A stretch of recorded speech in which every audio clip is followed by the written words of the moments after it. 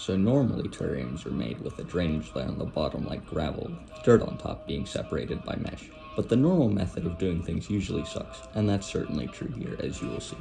The normal method is already off to a terrible start. Listen to those awful clinking sounds.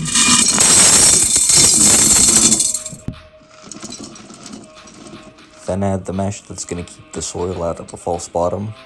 You might be thinking, window screen? Everything else in here is natural materials I can get outside. Where am I going to get window screen? But if you go on a long and hard journey outside and climb a tree to get a good vantage point, the answer will be clear.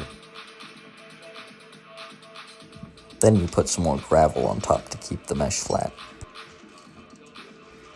Now you add the soil, but as you can already see, there's a problem. The gravel takes up a lot of space, so now there's not that much room for soil or plants. Tragic. Then you flatten out the soil, sloping it up slightly towards the back. Then you add your main centerpiece plant. But oh no, with all the bulky soil and gravel, there's no room to put the lid on. So obviously I'm exaggerating, but gravel can take up a lot of space in a terrarium. But don't worry, I have an alternative. That's right, it's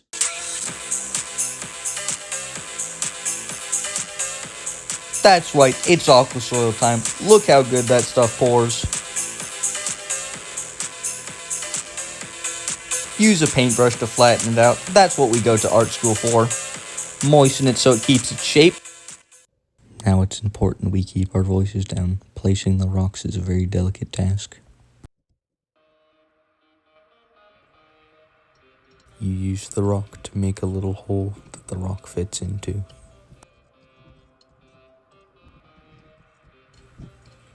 And you need to tuck them in real nicely, like you would a child, so they don't fall over. Now we place the main centerpiece plant. It's okay if we get a little wacky at this part.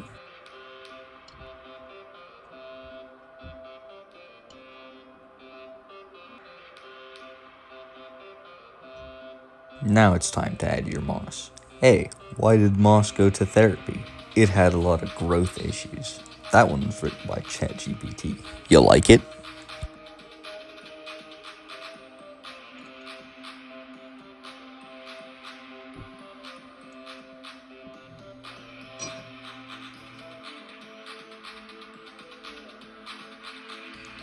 What happens if you overwater a terrarium? With an aquasoil terrarium, not much.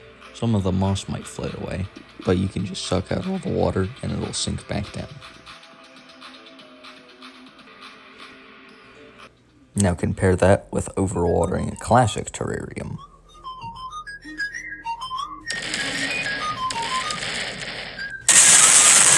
Sure, gravel and dirt terrariums have drawbacks, but they work fine.